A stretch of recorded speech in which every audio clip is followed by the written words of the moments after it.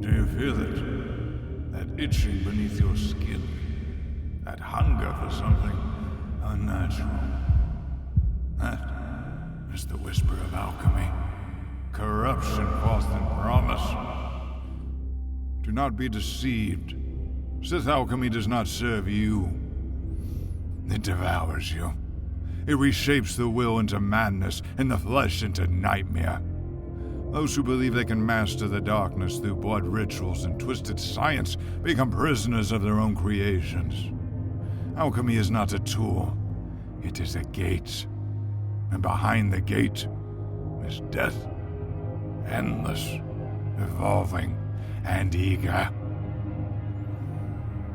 This is not a tale of triumph.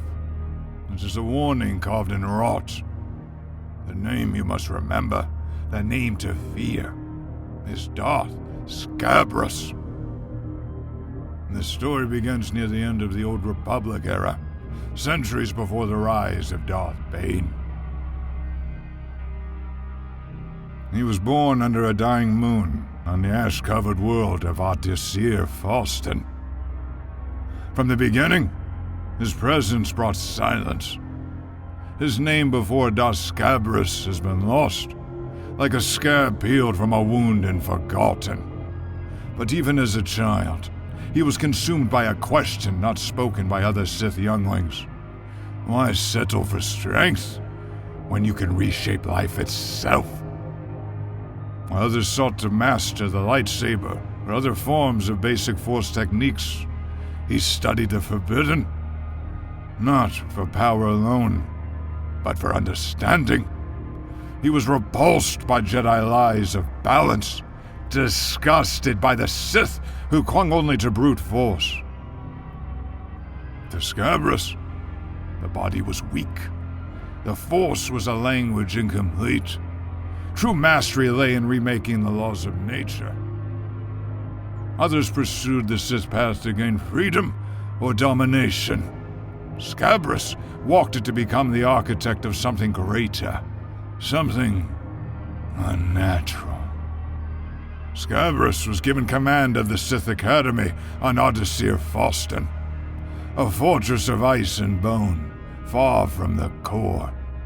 There, among the tombs and laboratories, he began to abandon the old ways.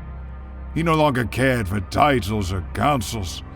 He delved deeper into ancient Sith scrolls, combining teachings from the sorcerers of Tund, the Night Sisters of Dathomir. He sought a formula, a virus, a ritual that would grant him eternal life, not through essence transfer, but through preserved, reanimated flesh.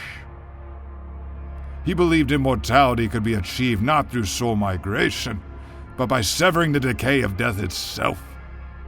He sought to raise an army of undying acolytes, Sith who would obey him even beyond the grave. But he needed a catalyst, a seed, a living vessel capable of transmitting the ritual to others. That vessel came to him in the form of a Jedi archaeologist, Hestizo Trace. Trace was no warrior. She was a botanist, a Jedi who tended to force-sensitive flora. One such plant, a Murakami orchid, had an odd connection to the Force. It sang. Its cries echoed across space. Scabrous heard it, and he came. He dispatched his agents, twisted Sith-born monstrosities to kidnap Trace and the orchid. She was not tortured for information. she was dissected in ritual. Her connection to the Force became the conduit for Scabrous' great work. He combined ancient Sith plague alchemy with viral transmutation. What he created was no longer life, and not yet death. It spread like a fire through the academy. Corpses rose, acolytes fell and returned twisted, flesh peeled, eyes burned black, and yet they moved and obeyed. Trace escaped. She ran through the halls painted in blood. Scabrous watched her, not with fear, but fascination. She was the final variable. If she could be turned, the process would be perfect. The academy descended into chaos, but he did not care. They were test subjects. Data. Flesh made canvas. Trace confronted him, but there was no duel in the traditional sense. She wielded a saber. He wielded death. But in the final moment, it was the Force itself that betrayed him. The orchid, dying, connected, lashed out. In unison with Trace, it overwhelmed Scabrous' control. His own creation consumed him. Scabrous died screaming, not in pain, but in disbelief. His formula had worked, his flesh endured. But the will, the intellect, the purpose, it dissolved. He rose again, yes, but not as a Sith Lord, as a mindless corpse, enslaved by his own ambition. His legacy wandered the ice, hungering, lost. This was a fate worse than death, a complete failure of mastery over the dark side. He became what he sought to command, a vessel of rot and hunger, a walking corpse stripped of purpose. He was brilliant. This is why he failed. Intelligence without discipline is rot. Vision without control is blindness. Scabrous believed immortality was owed to him. He believed the dark side would obey him, but the dark side does not serve. It devours. He twisted alchemy to birth monsters, but the greatest monster was himself. His students, gone. His academy, ruin.